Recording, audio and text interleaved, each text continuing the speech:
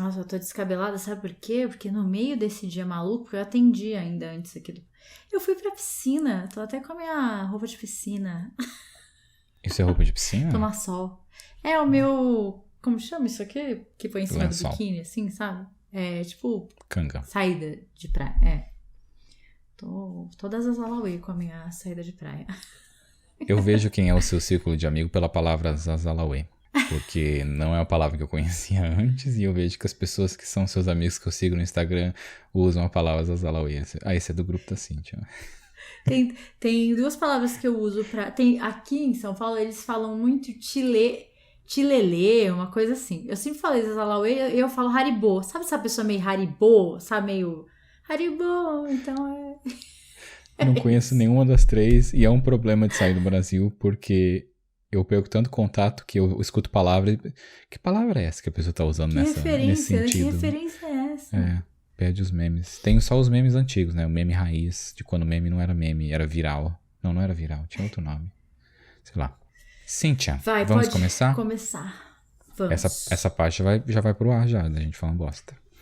E estamos aqui mais uma vez para gravar mais um episódio de Corajosamente.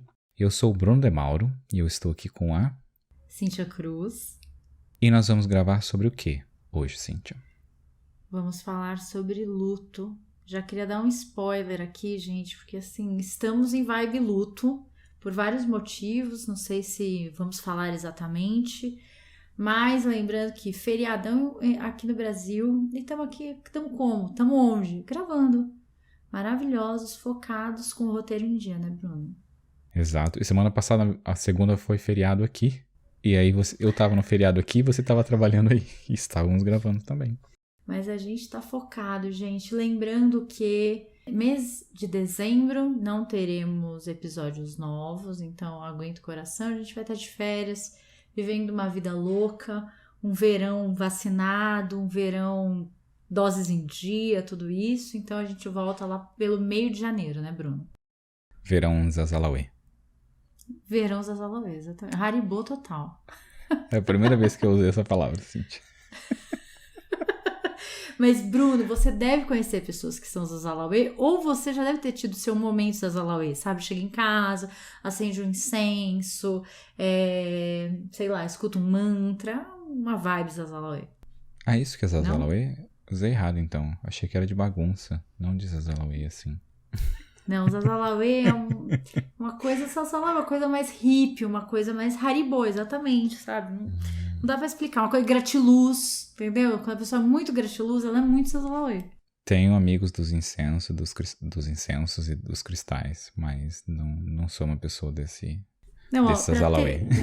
A gente saindo totalmente do tema. Pra mostrar aqui, ó, que eu sou muito Zazalauê, gente. Eu tenho aqui, ó, um negócio inteiro de pedras e cristais com direito a coraçãozinho que ganhei da Priscila. Priscila Bezerra maravilhosa. Inclusive, vai meu agradecimento pra ela essa semana. Vamos entrar no tema? De Mauro. Vamos começar por você, né? Aliás, quer que eu comece falando um pouquinho do que é o processo de luto? Vamos começar pela parte técnica, depois a gente entra pela parte pessoal. Se você tá ouvindo a gente pela primeira vez, a gente tem o histórico nesse podcast de eu sempre começo com alguma pergunta meio cabeluda, meio esquisita pro Bruno, ele fica puto, mas responde, fica bravo, fala por que eu não me preparei para uma pergunta cabeluda, então não vamos começar assim, vou trazer aqui. Eu não fico puto, eu só faço draminha. Ele fica um pouco puto. Então, o que é luto? Vou pegar aqui um conceito. É um processo psicológico de adaptação a alguma experiência de perda. Trata-se de um período de recolhimento e introspecção para assimilar o sentimento de saudade e aceitar essa nova realidade. Simples assim. Processo psicológico de adaptação. Lendo assim, numa frase, parece simples, né? Só não é quando a gente está passando por um processo de luto. Assimilar que essa finitude daqui para frente vai ser permanente é uma das coisas mais desafiadoras que os seres humanos passam. A gente tem vários tipos de luto que a gente vai conversar um pouco hoje, Mas no caso do Bruno, acho que ele tem um luto que é talvez um dos lutos que a gente mais tem medo de vivenciar, que é perder os nossos pais, perder a nossa mãe, né? Quando você estava falando da descrição do que é o luto na parte dos livros, me veio uma palavra na cabeça que eu não tinha pensado em trazer, talvez viesse, que é saudade. Saudade quando você acabou de perder a pessoa, porque quando você perde alguém, tem 1 milhão de coisas que acontecem, mas por onde começar falando sobre perda de alguém como uma mãe ou um pai? Vou tentar me manter nesse ponto e a gente expande para outros, que é essa saudade dos planos que você fez na cabeça de ter essa pessoa presente e ela não vai estar naqueles planos, sabe? Saudade do que não aconteceu. Por exemplo, quando eu perdi a minha mãe, eu não tinha casado, eu ainda não tenho filho, mas sempre tinha isso na minha cabeça, sabe? Quando eu me casasse, a minha mãe ia estar lá, quando eu tivesse filho, minha mãe ia estar lá, quando isso, minha mãe ia estar lá e aquilo.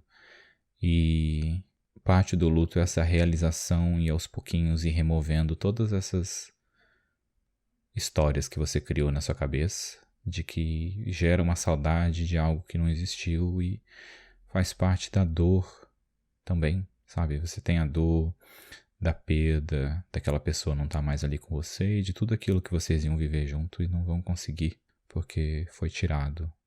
A gente naturalmente desenha um futuro com as pessoas que a gente ama. E eu acho que mais do que desenhar um futuro, a gente tem sempre uma ânsia de compartilhar as nossas conquistas, as coisas que são importantes pra gente com essas pessoas que a gente ama. Então a gente linka nessa projeção de futuro as coisas que a gente quer muito com compartilhar com essas pessoas que a gente ama. E quando você perde uma pessoa que você ama, né, quando ela morre, é muito difícil fazer essa desconexão. Parece que você não tá só perdendo essa presença, mas você também tá... Aquelas coisas que você queria conquistar, parece que perde um pouco do brilho, porque que graça tem conquistar certas coisas se a gente não vai conseguir compartilhar com essas pessoas que são tão importantes pra gente. Isso foi parte do que aconteceu na minha vida depois. Esse ano fazem 10 anos que a minha mãe faleceu. Eu tinha 25 quando ela faleceu. E parte do que aconteceu depois, anos depois, como você disse, conquistas eram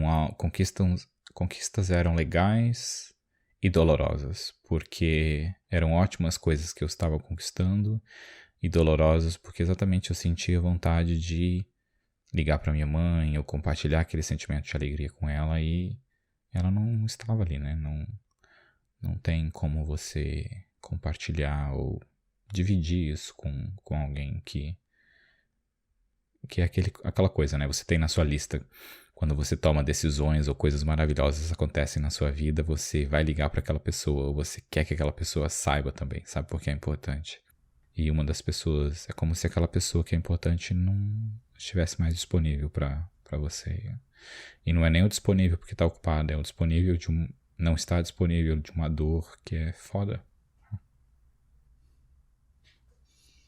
A minha mãe perdeu a mãe e o pai, né? Assim, os pais faleceram, meu avô morreu primeiro, depois de muitos anos minha avó faleceu. E ela fala que essa dor de perder pai e mãe, que pra ela, né, não dá pra gente generalizar, mas ela sentiu que foram dores completamente diferentes, assim. Ela falou que quando o pai dela morreu, ela sentiu que de alguma maneira ela estava perdendo uma segurança, sabe? Ela estava perdendo, não sei se um ponto seguro, assim. Mas quando a mãe dela morreu, ela falou que é um vazio de emoção mesmo, assim, de afeto, que não é uma coisa, não é esse ponto de segurança igual um pai que se der um problema eu vou para sua casa ou eu te ajudo a resolver. Foi em outro lugar, assim, Só que a minha mãe, né, diferente de você, ela perdeu a avó idosa. A minha avó era uma velhinha já, enfim, a gente teve uma preparação para isso, né? Eu acho que a minha mãe teve essa oportunidade, diferente de você, né? Eu não sei o quanto isso muda ou não, porque a minha mãe teve pneumonia e acho que ela ficou 30 dias internada e veio falecer. E também foi uma doença que eu não imaginava que ela viria a falecer, porque eu não imaginava a pessoa vai morrer de pneumonia. E é algo que acontece. E eu vejo que a dor, quando é algo tão rápido assim, é um susto também, sabe? Eu acho que a dor deve ser a mesma de perder alguém com uma doença longa, mas o susto eu acho que é a parte diferente, porque é algo que você não imagina, ou você também se protege para não aceitar que aquilo acontecia, sabe? Porque eu lembro uma amiga da minha mãe tinha ido visitar o médico e ele tinha falado do quão grave estava, ela internada e tal, e eu lembro dela falar isso pra mim e eu lembro de não aceitar isso também, sabe? Então eu acho que uma parte minha também não aceitava que a minha mãe tinha probabilidade de morrer com o que estava acontecendo com ela no hospital ali. E eu acho que eu me toquei disso depois, não sei quanto tempo depois, lembrando dessa amiga dela falando isso pra mim. E eu entendo o que a sua mãe disse nessa parte, porque enquanto você dizia, me veio esse sentimento de parece que um pedaço seu saiu, sabe? Que você perdeu um pedaço e você não consegue explicar que pedaço é esse ou o que tá acontecendo. É minha vez de chorar em podcast agora. É que eu acho que a gente perde colo de alguma maneira, assim, por mais, sei lá, às vezes certas mães são mais frias, outras mais carinhosas, mas é de lá que você veio, é daquele útero que você saiu. E não só o útero, né, tem mães adotivas, enfim, esse útero simbólico ou esse útero físico. E a gente é muito confortável viver com a sensação de que você vai ter sempre um colo para correr, para chorar, para se refugiar. Quando isso é tirado da gente muito cedo, ou quando isso é tirado da gente, às vezes não precisa ser muito cedo para, né, sempre vai doer, vai dar essa sensação de vazio. E como essa despedida é permanente, é para sempre, é mais angustiante ainda. E aí eu concordo com o Karnal quando ele fala que ter uma religião é muito confortante quando a gente passa por situações assim. E aí acho que ele dá até um exemplo, né? Só que ele dá um exemplo contrário. Se você vai acolher uma mãe que perdeu um filho e você fala para ela que Deus leva os bons primeiro e que com certeza ele tá lá em cima com as pessoas que ele ama, rodeado por quem gostava dele, é muito mais acolhedor do que numa visão ateia, né? De que é isso, essa vida que te era tão importante, que foi tão valiosa para você, simplesmente terminou. Então, depende de como, da religião que você tem, do que você acredita.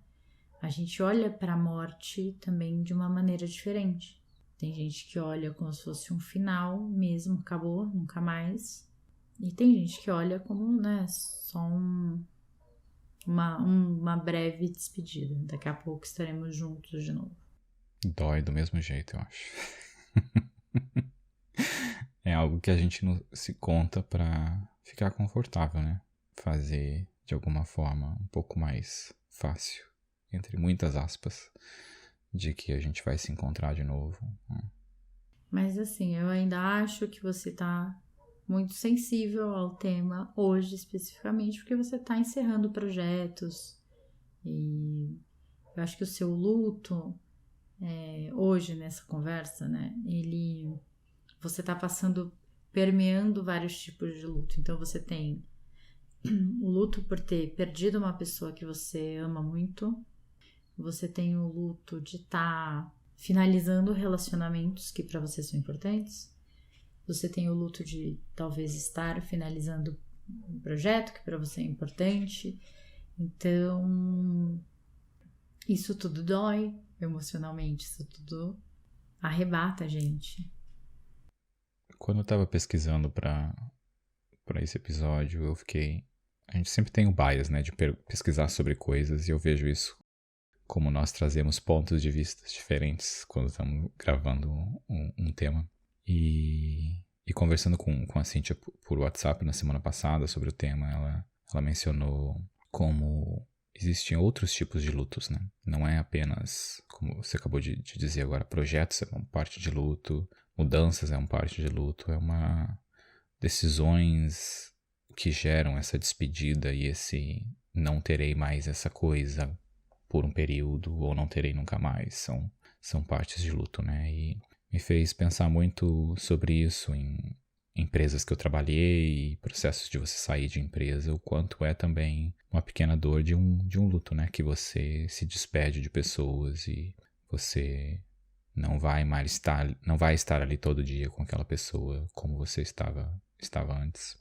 E como talvez para você entender isso também, te faz olhar para esses finais, entendendo que você está passando por um processo psicológico, como a gente falou aqui, né?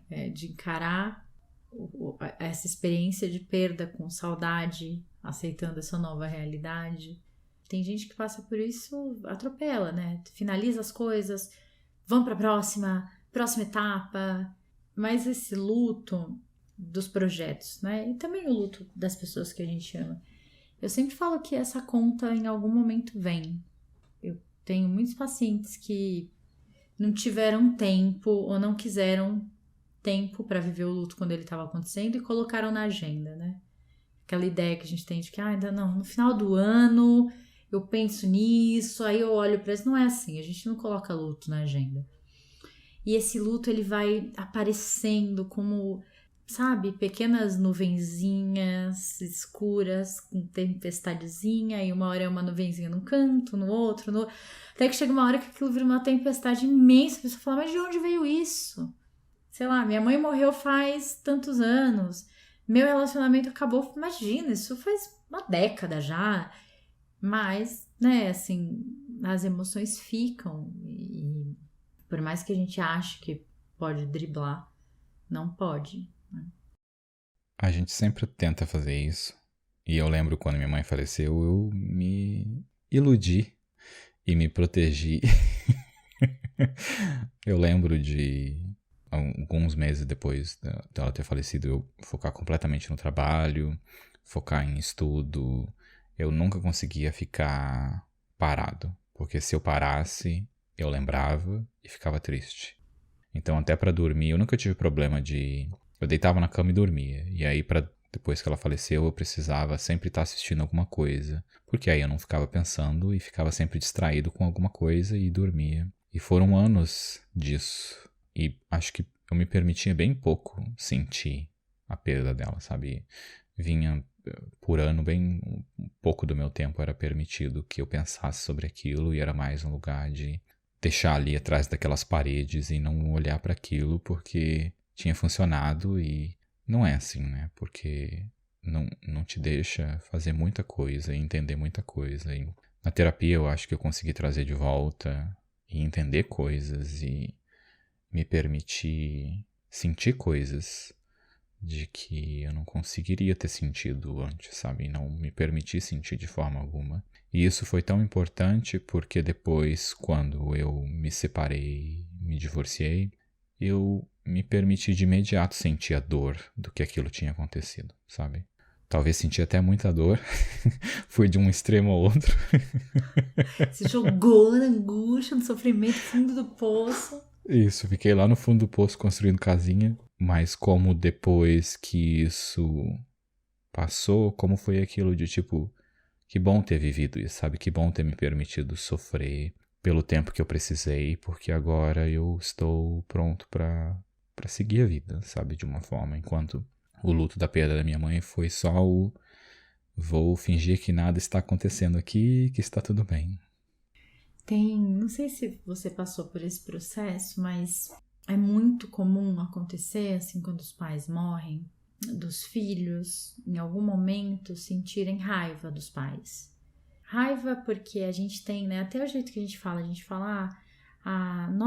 minha mãe nos deixou quando nós tínhamos tantos anos, sabe, nos deixou, né, parece que ela quis morrer, quis ir embora, assim, sei lá, E é muito difícil pro filho sentir raiva dessa mãe que ele tanto ama. O filho, filha, né? Enfim, culpa um pouco os pais por isso, aí depois sente culpa por estar com raiva da pessoa que ele amava e que morreu.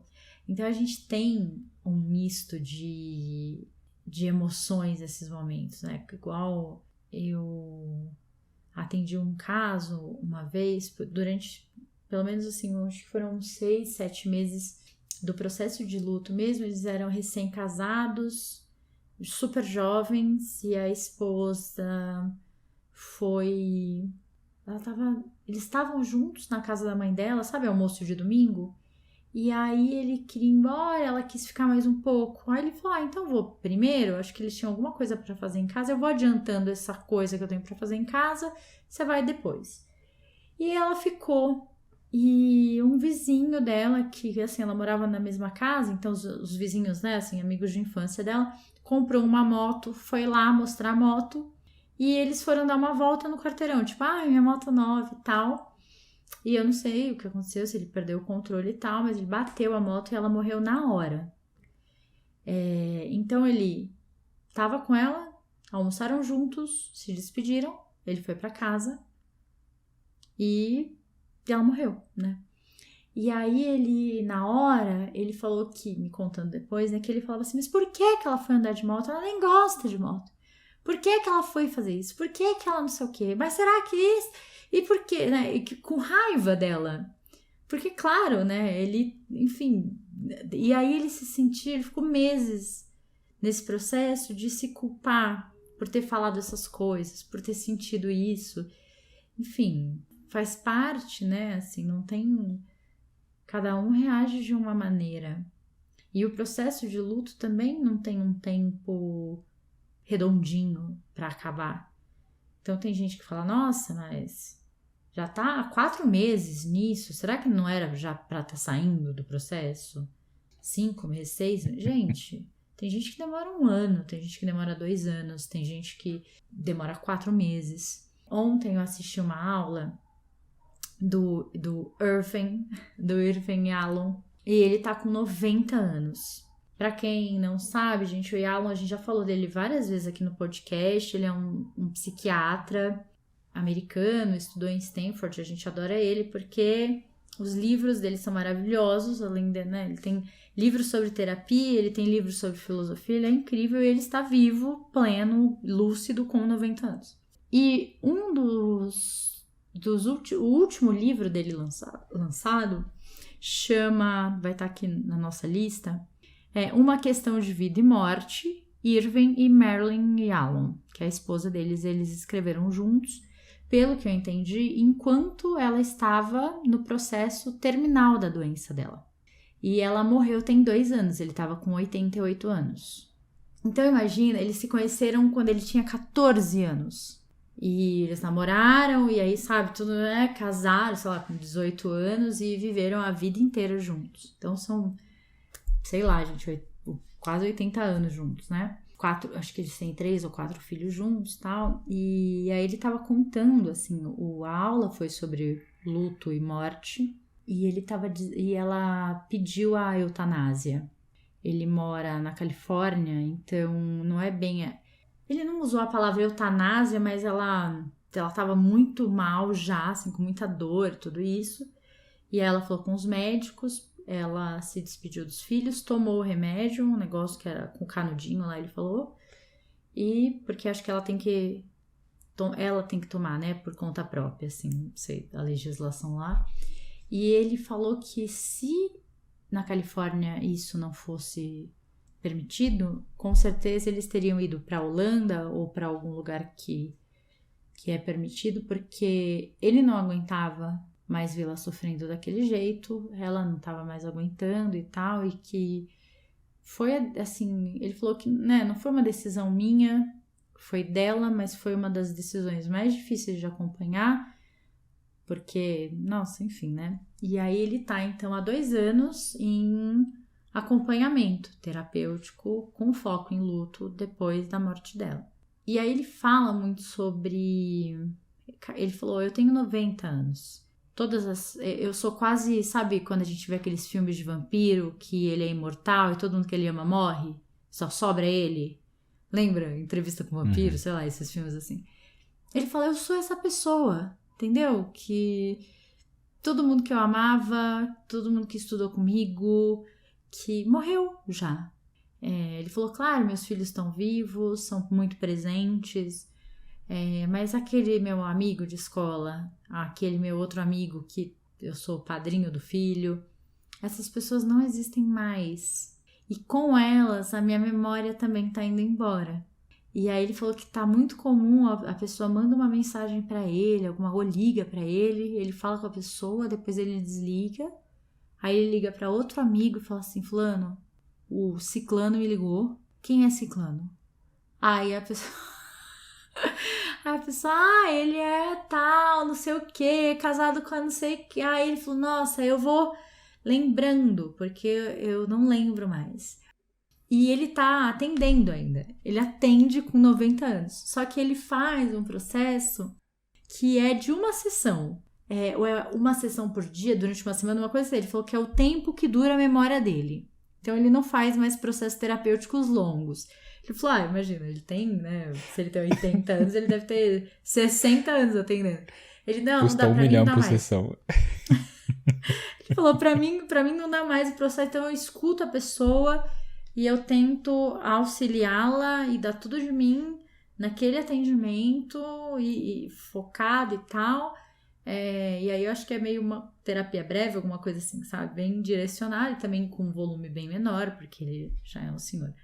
Mas eu fiquei, assim, muito sensibilizada de pensar como deve ser a sensação de solidão que deve ser você passar tantos anos lado a lado com alguém e 70 e sei lá quantos anos e de repente se ver sozinho, né?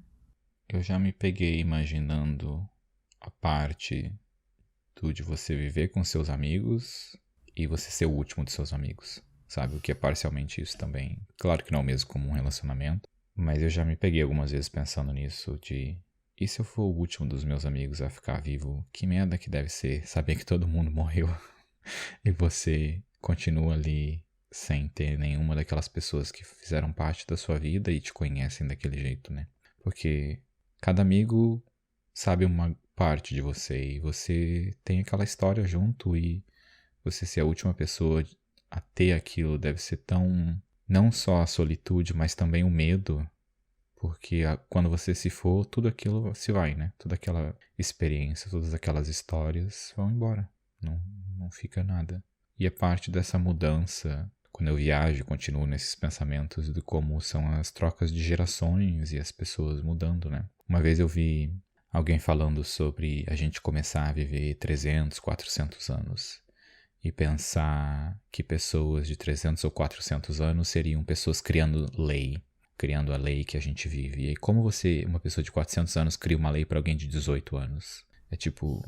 É um problema tão grande de existir, que já existe parcialmente hoje, e que vai ser um problema no futuro de gerações vivendo juntos. Eu já tô viajando demais aqui, vamos voltar pro tópico Mas do é luto. aquela ideia do Harari, né, que ele fala...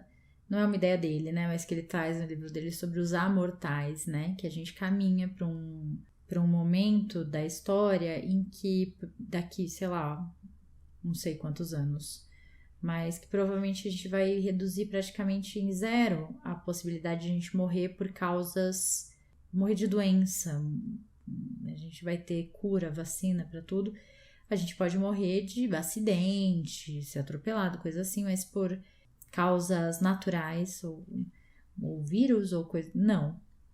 E aí, como é viver sabendo que se você se precaver, você vai viver, sei lá, quantos anos, e as pessoas que você gosta também, e com essa diferença dos 18 para os 300, enfim. Uma das coisas que eu achei mais legais no papo ontem com o Yalom também, o mediador falou sobre a ideia que os mexicanos têm de que as pessoas são imortais enquanto a gente continuar falando delas e celebrando a memória delas. Por isso que eles têm, né, toda aquela celebração lá do Dia de los Muertos e tudo, porque é um jeito de manter viva a memória daqueles que foram. Esse é um jeito de mantê-los eternos.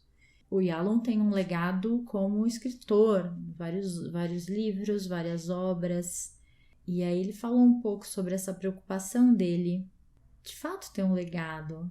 Aí ele fala, até acho que ele citou, não sei se foi o Nietzsche, ele falou que eu acho que o Nietzsche falava, aceita que você vai ser esquecido quando você morrer. Aceitem, né? E aí ele fala, eu não quero ser esquecido. Trabalho para isso, né? Escrever meus livros é um jeito de manter as minhas ideias aqui no mundo. E aí ele como ele tá com esse problema de memória, ele tá relendo os livros dele. E é muito engraçado ele falando, porque ele acabou de ler Quando Nietzsche Chorou. E aí ele falou, olha, eu gostei bastante, achei que é um livro bom. Aí ele falou, e depois eu comecei a ler A Cura de Schopenhauer, e eu nem lembrava mais do enredo. Eu tô curiosíssimo pra saber o que vai acontecer com aqueles personagens, porque eu não lembro. Escreveu todos. Mas ele falou, eu fico feliz de ver que a minha obra é muito legal, assim. Tô gostando do que eu construí. Eu brinco, eu tenho um pouco dessa... Eu tenho memória seletiva de... Eu lembro de experiências com pessoas, lembro de datas, mas lembro muito pouco de coisas que eu assisti. Então eu assisto muito filme, quando eu tô assistindo de novo, perto do final, eu lembro que, eu já vi esse filme. Ou eu nem lembro que eu já vi aquele filme, e depois eu penso... Sabe aquela sensação de que você já tinha visto o filme? E não é uma vez ou outra, não. São várias vezes que isso acontece com filmes. Tá igual o Yalom.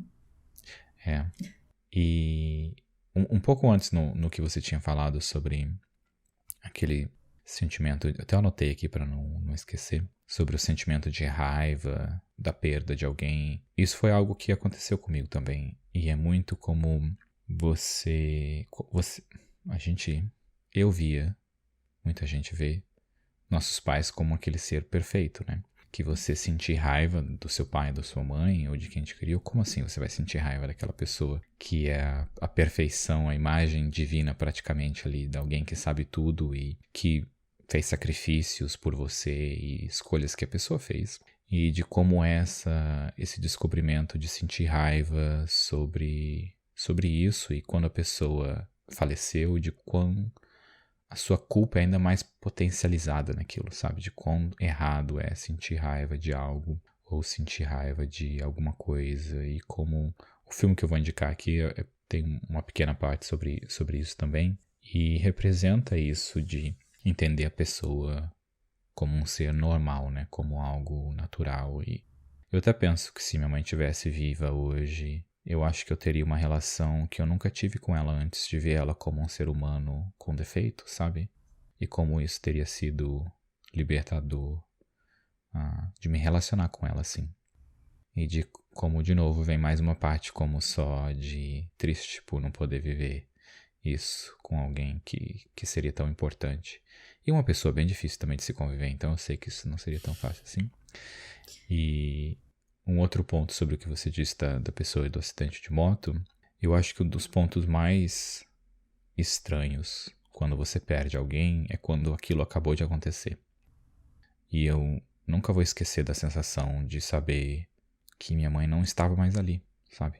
De quando você, no caso o hospital, me ligou e eles não podiam dar informação pelo telefone do que tinha acontecido, eu tinha que ir lá, como se O hospital te liga, te dá todas as informações. É assim específico, eu não posso te dizer. Você tem que vir aqui. Vem aqui, é importante. A gente quer te falar um negócio. E de como Quantos anos você tinha, Bruno? Eu tinha 25. Tá. E de como é aquilo de não é verdade, sabe? Ou a expressão, nossa, da pessoa acima dos 30 e não cai a ficha de que a pessoa, de que aquilo realmente aconteceu, de que a pessoa não tá mais com você ali. E como é estranho isso, como é estranho você ver que pra morrer você só precisa estar vivo. E de como isso é tão, tipo, é exatamente isso. Qualquer pessoa, qualquer momento, qualquer pessoa que a gente conhece, a gente, ou qualquer coisa, pode vir a não existir mais agora, sabe? E é estranho. É estranho porque minha mãe e muitas pessoas isolam as crianças e adolescentes e a gente crescer separado de pessoas, tipo, separado da morte. Então eu não lembro de ir em funeral, ou de ir em funeral e não entender o que estava acontecendo, ou nada do que era aquilo, sabe? Talvez eu tivesse ido em um funeral na minha vida inteira. E o segundo foi da minha mãe.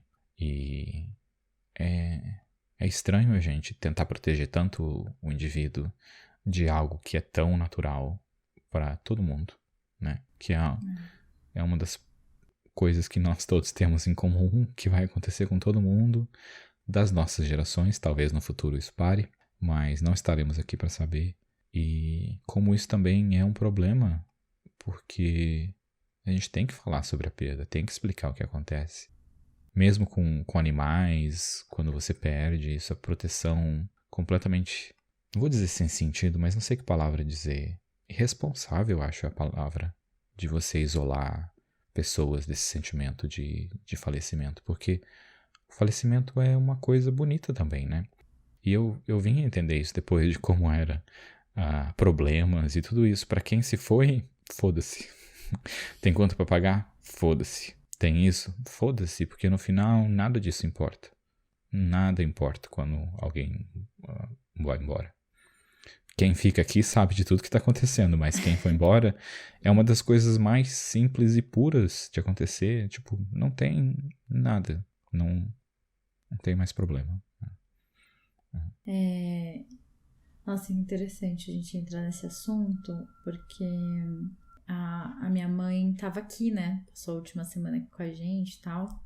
Quando a minha avó, o Alzheimer dela começou a ficar mais severo, a minha mãe voltou a morar, ela morava aqui em São Paulo, voltou pro interior e foi morar com a minha avó. Então minha mãe cuidou da minha avó durante, eu não lembro se foram 4 ou 5 anos, não lembro exatamente o número, mas ela ficou ali com a minha avó todo esse tempo, né?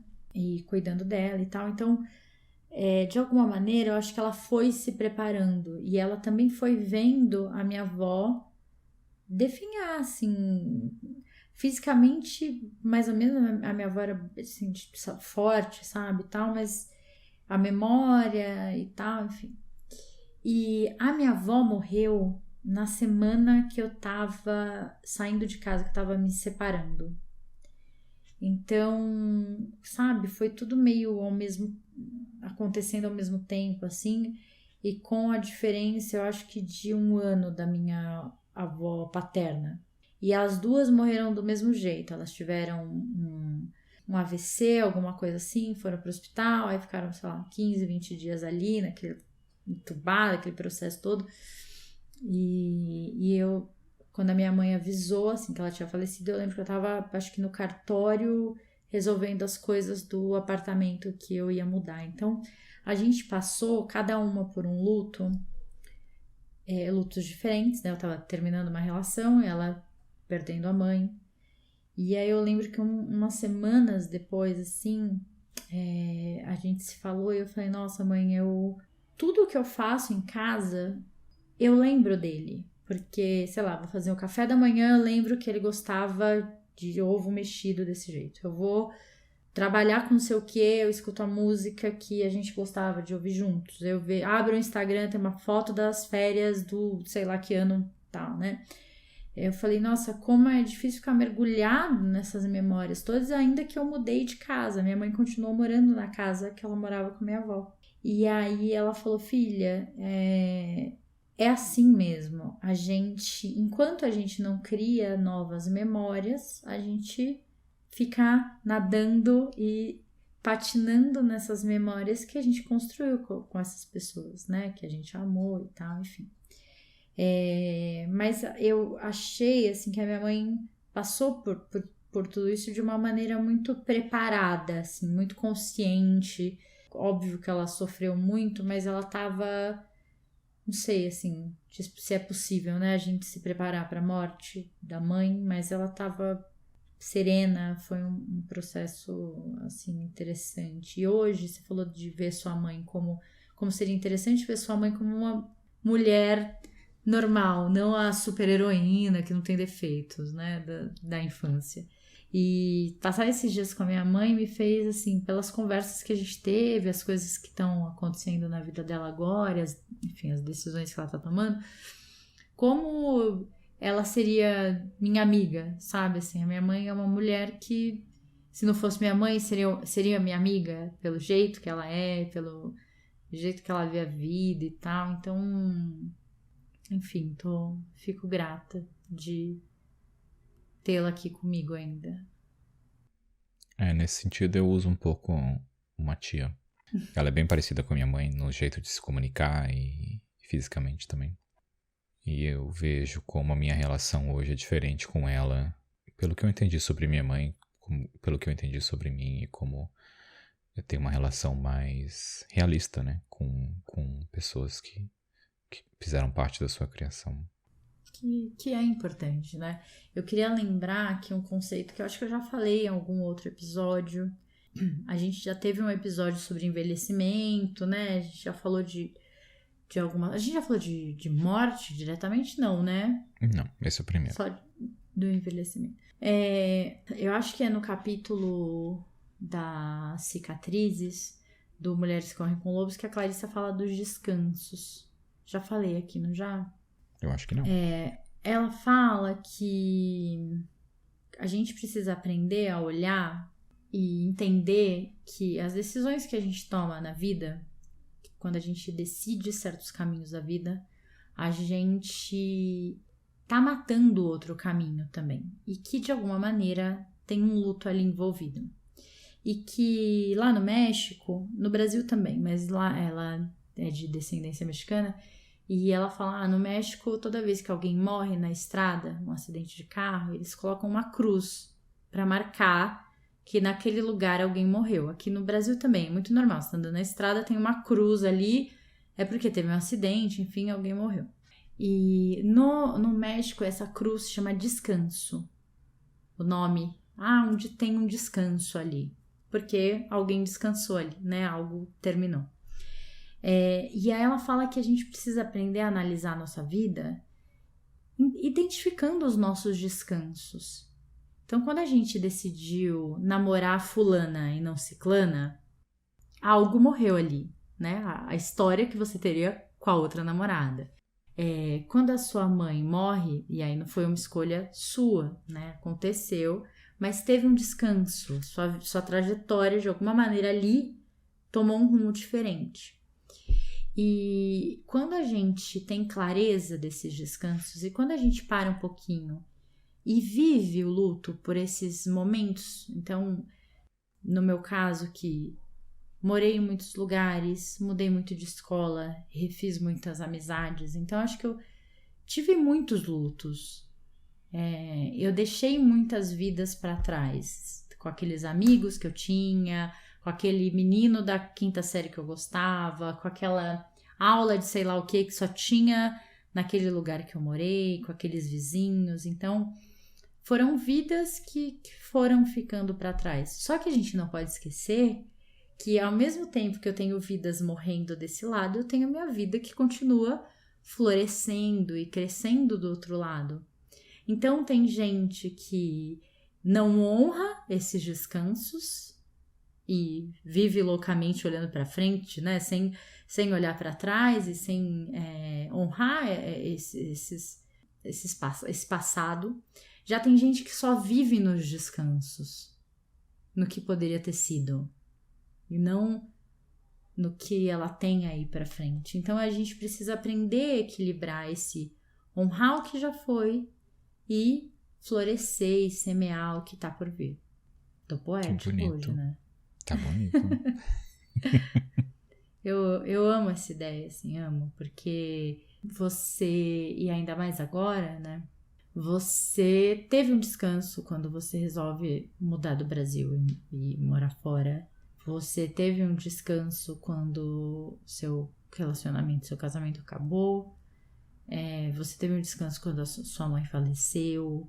E agora você tá criando um descanso porque você fez uma escolha, né, de vida neste momento em que uma coisa tá morrendo, mas o descanso sempre são dois caminhos, né? Um que é interrompido e o outro que segue.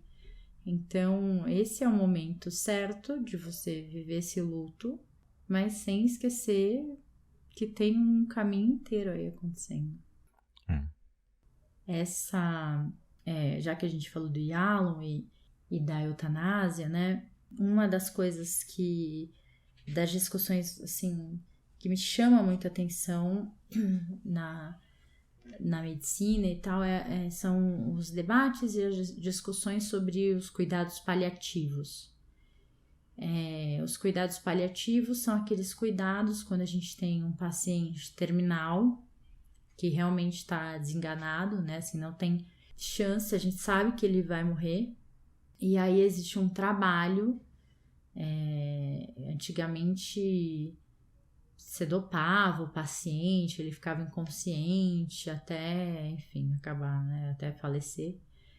Hoje em dia tem todo um trabalho para que esse paciente viva esse dia, viva com mais consciência esses dias, né? A Ana Cláudia Quintana Arantes, que é uma médica que fala muito sobre esse assunto, eu falei dela muito aqui no episódio do envelhecimento, ela fala que a morte é um dia que precisa ser vivido, que será que se você tiver a opção de viver conscientemente o seu último dia de vida, ou dopado, cheio de morfina, o que você ia preferir? Ficar ali meio drogado, desorientado, ou ter esse momento, mesmo com dor, mas esse momento de se despedir, de falar com as pessoas que você gosta. Então, os cuidados paliativos a gente conseguir dar um conforto físico para o paciente, mas também emocional e psicológico, para que ele entenda que a vida dele está acabando e para que ele faça o que ele quiser fazer com esse tempo.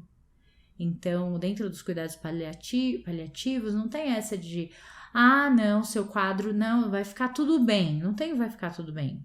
É a real, sabe? Você tem, isso, tá assim o seu quadro, aqui não tem mais o que fazer, aqui a gente só tá remediando mesmo, tem psicólogo, tem os médicos, os psiquiatras, enfim, toda uma equipe ali para que esse processo seja da melhor forma possível. E uma das minhas primas é enfermeira aqui em São Paulo, trabalha, tem muito tempo que ela trabalha no Hospital do Câncer e com pacientes terminais, né, assim, e ela conta histórias lindas não é nem o paciente, é a família, na verdade, que tem oportunidade de se despedir. Porque não é só quem vai morrer que está se despedindo, é todo mundo, né? Então, eu acho que é importante a gente parar para pensar nisso, né? Ninguém está livre de doenças, ninguém está livre do câncer, a gente não sabe exatamente, por mais que a gente se cuide, a gente não sabe o que pode acontecer, né? Então, eu acho que pensar demais na morte é um problema, mas também não pensar é um problema, porque qualquer coisa que aconteça com você vai te desorganizar, desestabilizar, e gente, a famosa frase, né? A única certeza que nós temos. É a única certeza que nós temos. Faz pouco tempo que eu comecei a ver.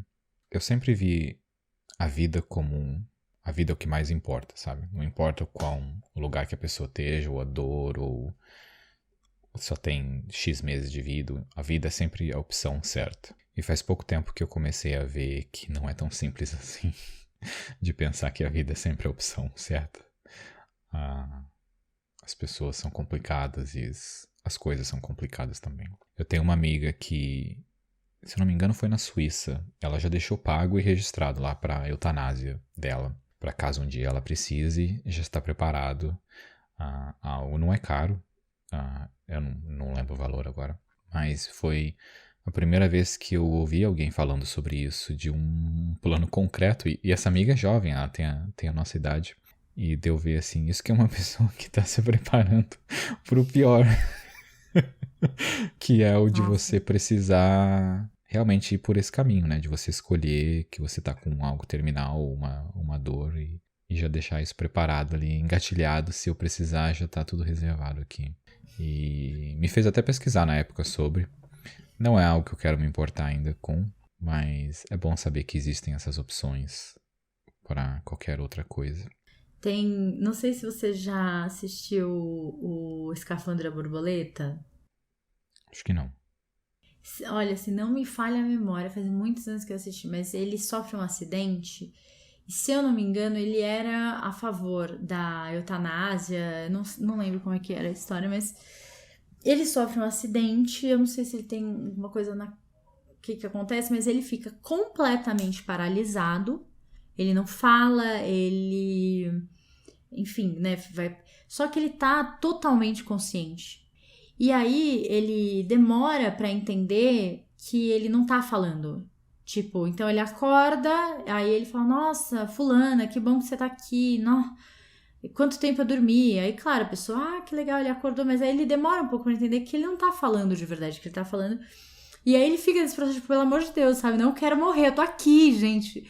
E tal, ele, assim como o Hawkins, ele desenvolve, sabe, aquele esquema de... Só que ele, acho que ele nem consegue movimentar os olhos, eu acho que ele só pisca, e aí tem... Sabe a tabela de letras igual do Hawkins, que vai piscando e aí vou identificando a letra pra ver o que ele quer falar e tal, enfim, todo um processo.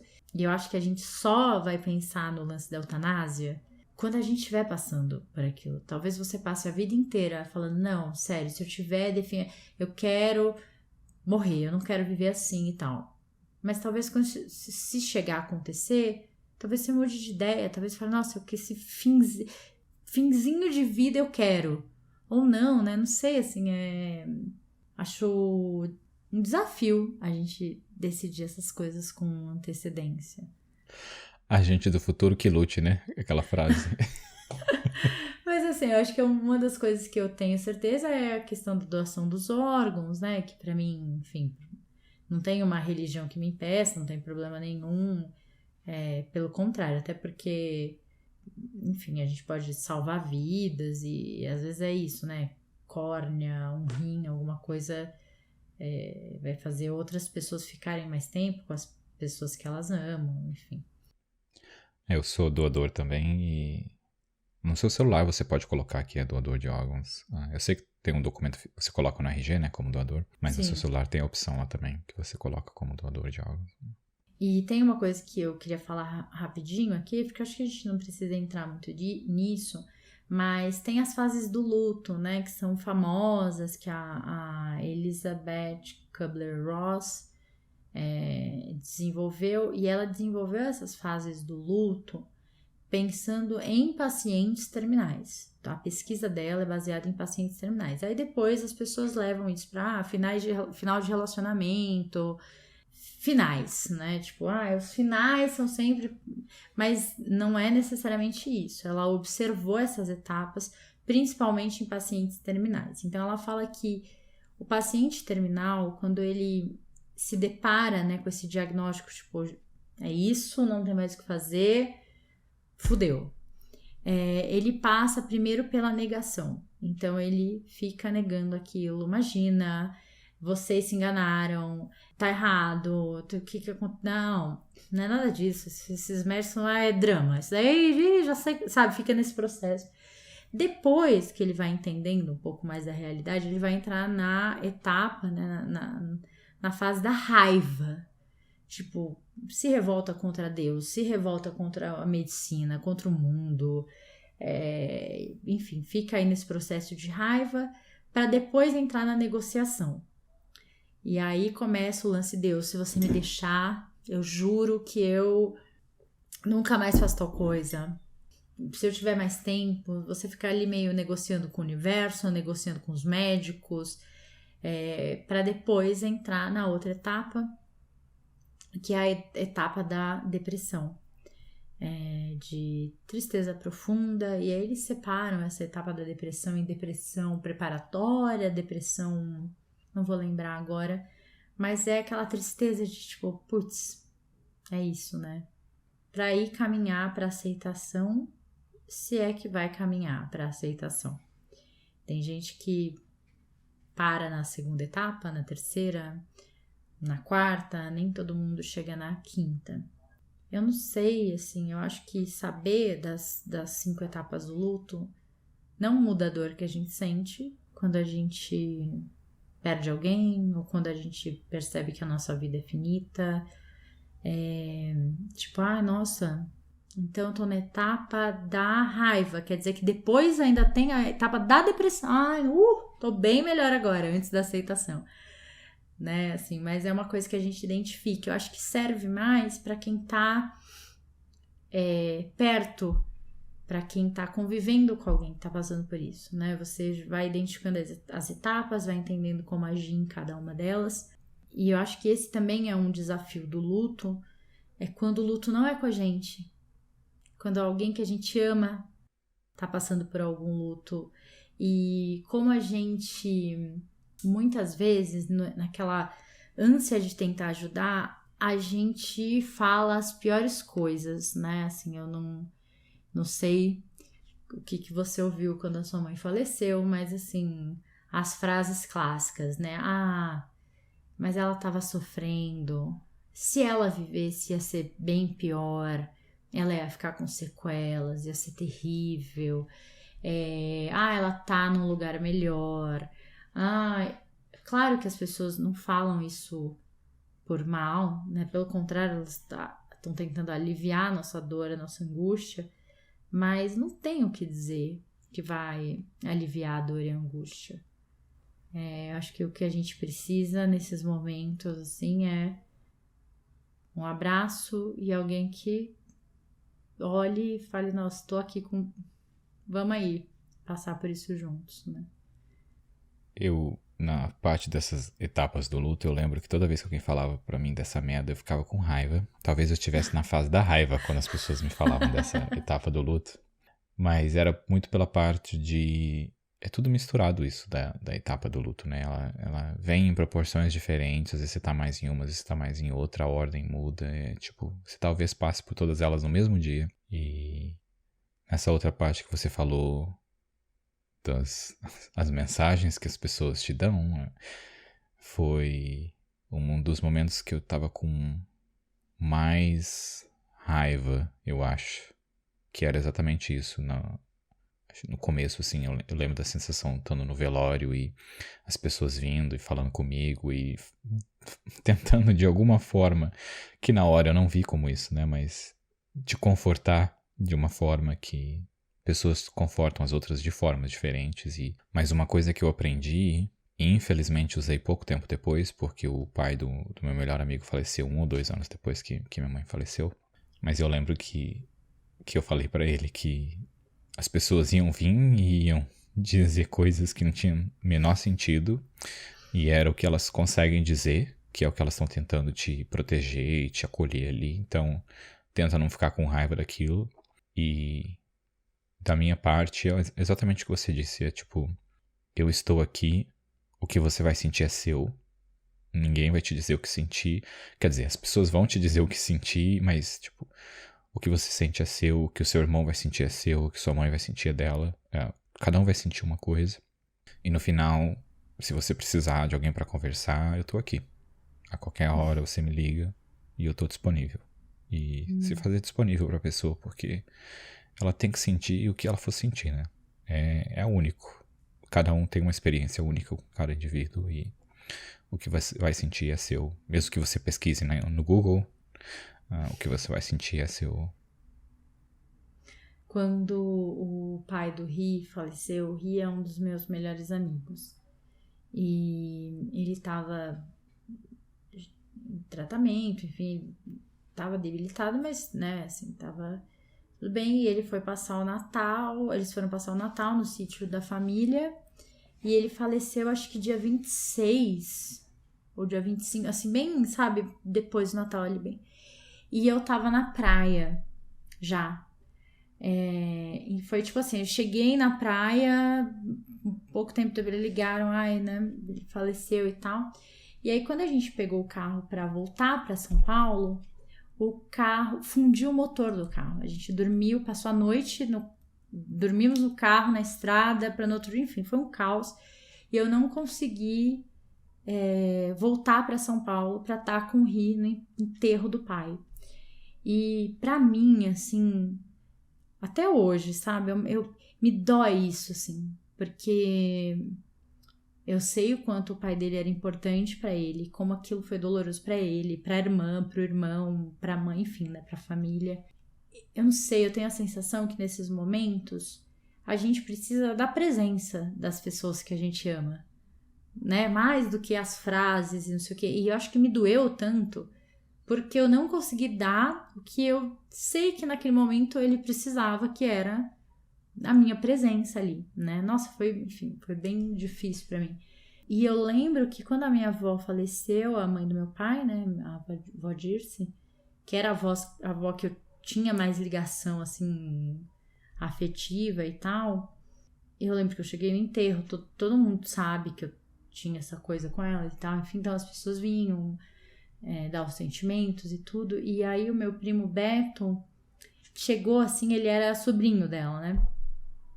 E a avó dele, que ele, assim, sabe, ama como mãe, é muito ligado, ela era irmã da minha avó, que era mais velha e tava viva ainda na época. Nossa, ele me deu um abraço, não falou nada, assim, sabe quando a pessoa só te dá um abraço sincero, assim, nossa, aquilo me deu uma calma, assim, me acalmou, me deu uma paz, e acho que era isso que eu precisava, sabe, de um abraço, porque quando ela faleceu eu tava fora de São Paulo, nossa, foi um momento tão difícil. E aí, no enterro, outra coisa que eu lembro também, né, do processo ali e tal, aquela hora da última oração e tal, e fecha o caixão e tudo aquilo, nossa, me deu uma crise de choro. E meu pai é todo durão, assim, sabe? Só que era a mãe dele, né, que tava morta ali. E aí eu tava tipo, nossa, sabe quando você tá soluçando de chorar ali em pé do lado do caixão? Aí ele veio assim, encostou do meu lado e segurou na minha mão, sabe? É isso, às vezes a gente só precisa de alguém segurando na mão, né?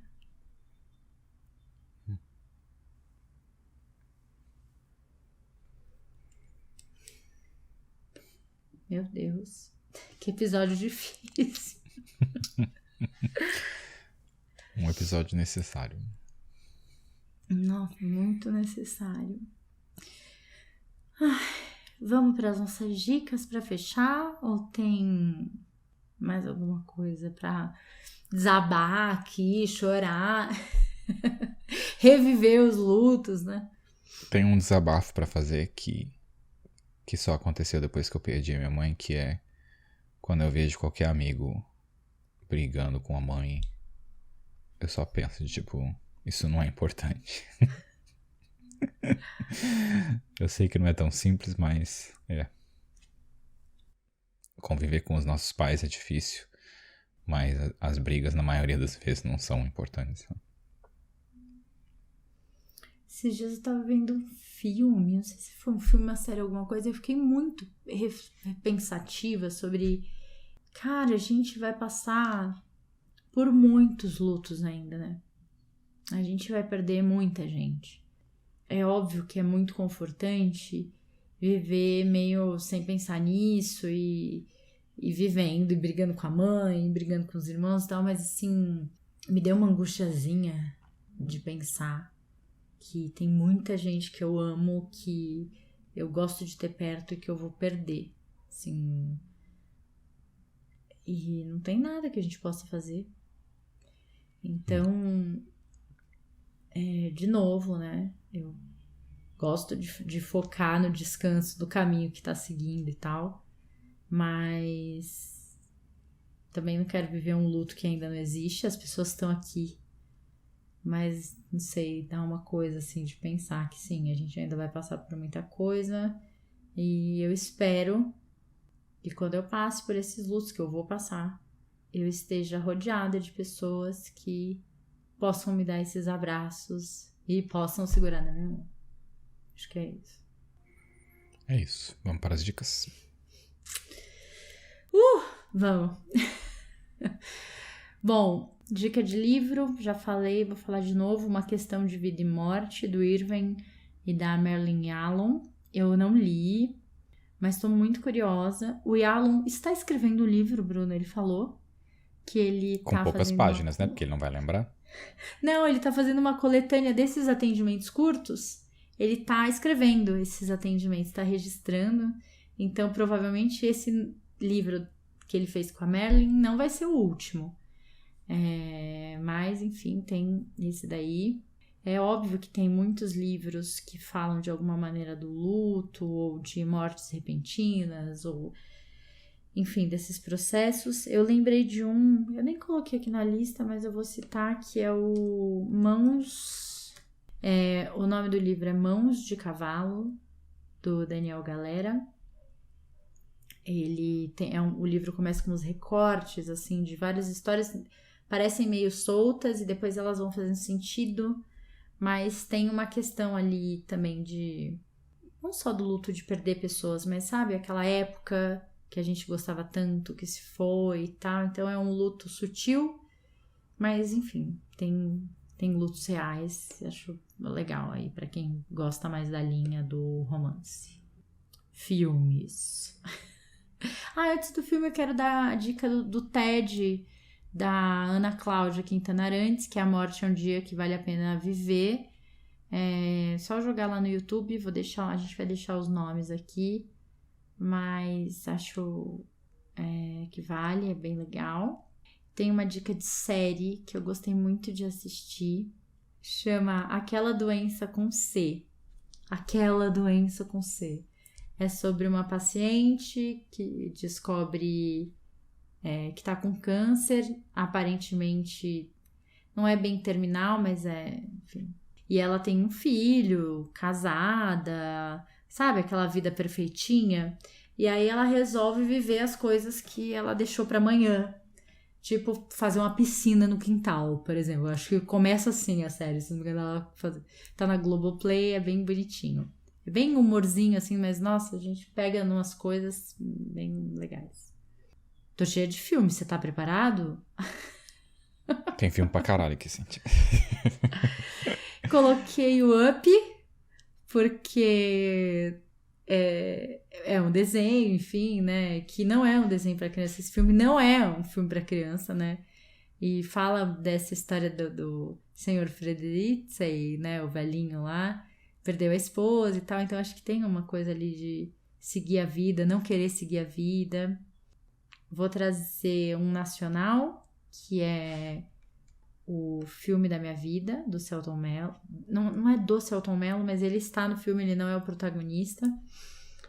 E é mais ou menos um luto. Não tem ninguém que morre, mas tem ali um pai ausente. Essas coisas que a gente tá acostumado a viver, né? E eu quero fechar com um filme que, segundo meus amigos Max e Carol Spala, o filme do Meu Vizinho Totoro é uma grande história de um luto. Então, eles têm um podcast, eu esqueci o nome, precisava ter... A gente coloca na descrição. Eles fizeram um episódio do podcast falando sobre esse filme. E a Carol, sabe Deus de onde ela tirou essa teoria de que, na verdade, todo filme é sobre a morte das meninas, que as meninas estão mortas.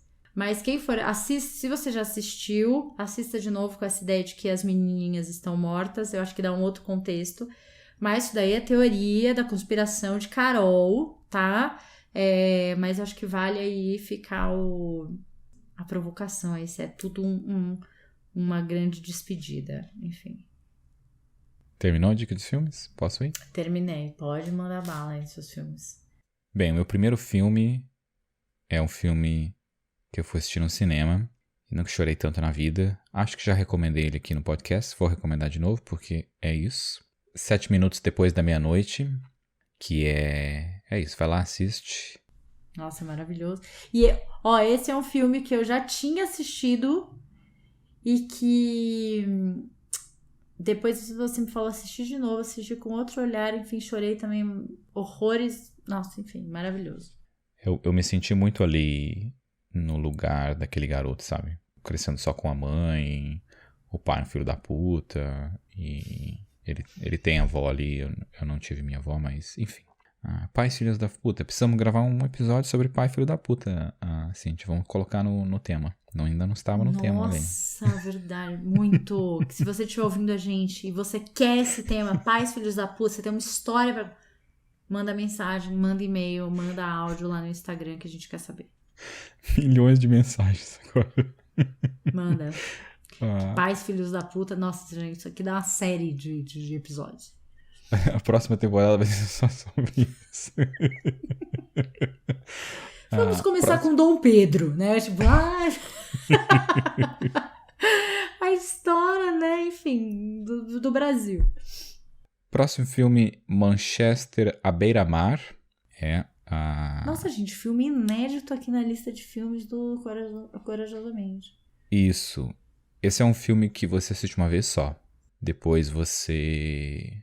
Não sei. Pelo menos eu não consegui assistir de novo. Eu até comprei o filme pra assistir de novo, porque é um filme ótimo, mas não consegui assistir de novo. Por que? Pesado? Não vou dizer porque spoiler, e aqui não temos spoiler. Temos mas vários spoilers, mas é um desse filme eu não vou dar. Gera muito sofrimento. Não. Você não tá preparado emocionalmente ainda pra assistir. Não, eu... Assiste, gente, é isso. Se você está ouvindo, assiste. Não darei spoilers. Próximo filme é Animais Noturnos, que é com a Amy Adams. Maravilhosíssima. Um beijo. E nem falo português. Beijo pra você em português, porque se você quer ouvir a gente, se esforça, né, gata? Fala a nossa língua. Eu tô procurando aqui o episódio do podcast da Carol, pelo amor de Deus. Próximo filme, O Senhor Ninguém, que me veio na cabeça enquanto você falava de escolhas e renúncias da vida. O Senhor Ninguém é muito legal sobre isso. Assista o trailer, que estará na descrição, e você, se não viu ainda, veja, porque é um filme meio diferente. Um filme que veio na minha cabeça enquanto você falava sobre... que não é sobre luto, ou que é sobre questão de tempo, com o Justin Timberlake, que é o que as pessoas não morrem mais... As pessoas não morrem mais de doenças ou de velhice, só morrem de acidente e... O que você ia dizer que você falou? Não é aquele que eles têm o tempo aqui no braço, né? Que vai Isso. É esse? Isso. É muito fácil de roubar o tempo, né? Se você pensar na logística desse filme, não é muito realista, não é muito inteligente, mas é um ótimo filme. E queria fechar com Chave de Ouro, filme sobre luto. Qual que será o filme? Calma, Brasil, para tudo, respira fundo, se prepara, temos uma dica aqui, que vocês sabem que é a base desse podcast. Nada aconteceria nesse podcast se não fosse qual filme, Demauro? A Grande Beleza, que é a razão desse podcast existir, que é só pra eu indicar esse filme em todos os episódios. Paulo Sorrentino, maravilhoso. E vai sair um filme novo na Netflix dele, com os mesmos atores. Deixa eu já achar o nome aqui para já deixar indicado. Já? Cara, 2022 com um novo filme base do podcast, hein, gente? Que é A Mão de Deus. Olha o nome do filme. Se prepara, Brasil. E é isso. Essas são as minhas dicas de filme. E acabou. Você entra em luto agora porque acabou mais um episódio. Olha só, pra fechar de verdade esse episódio, quero falar que se você tá passando por um processo de luto, Não só, lembrando que não só se você perdeu pessoas que você ama, mas se você perdeu projetos, foi demitido, terminou relacionamentos, tudo isso faz parte de processos de luto. E se tá difícil passar por tudo isso, se você tá percebendo que tá se perdendo nisso, o processo terapêutico é muito indicado. Independente da religião que você tenha, do apoio espiritual que você esteja tendo, também é importante ter um apoio psicológico, ter alguém que te acompanhe nesse caminho. Se você tem alguém que você gosta muito, que está passando por tudo isso, da mesma forma que dar um abraço, segurar na mão, vai ser importante. Também é importante encaminhá-lo para alguém que tem estudo, estrutura, ferramentas para ajudar essa pessoa a passar por esse momento. Então, quero reforçar isso nesse episódio. A gente falou das 5 etapas do luto, a gente passou por várias coisas aqui, mas lembrando que quando a gente faz um acompanhamento, né, com alguém que sabe o que está fazendo, é completamente diferente. Exemplo, o Yalom, que tem 90 anos de idade, que tem 70 anos de carreira, um psiquiatra, um terapeuta assim, super renomado, né, passou a vida trabalhando com isso, está há 2 anos em terapia para enfrentar esse luto da esposa. Então, não é sinônimo de fraqueza a gente pedir ajuda no momento que a gente está precisando. É muito mais leve passar por isso quando você tem em quem se apoiar. Então, queria fechar o episódio falando isso. Agradecer por mais um tema profundo, por corações abertos aqui nesse episódio. Obrigada de novo, Bruno, por trazer a sua história, compartilhar com a gente esses momentos e relembrar. Eu sei que tem coisas que a gente guarda em certos cantinhos do coração, mas que às vezes é bom dar uma olhadinha. Por mais que doa, acho que alivia também, né? Alivia. E ainda mais se isso de alguma forma alivia a dor de alguém também. É isso. Beijo. Até semana que vem. Um beijo. Tchau, tchau.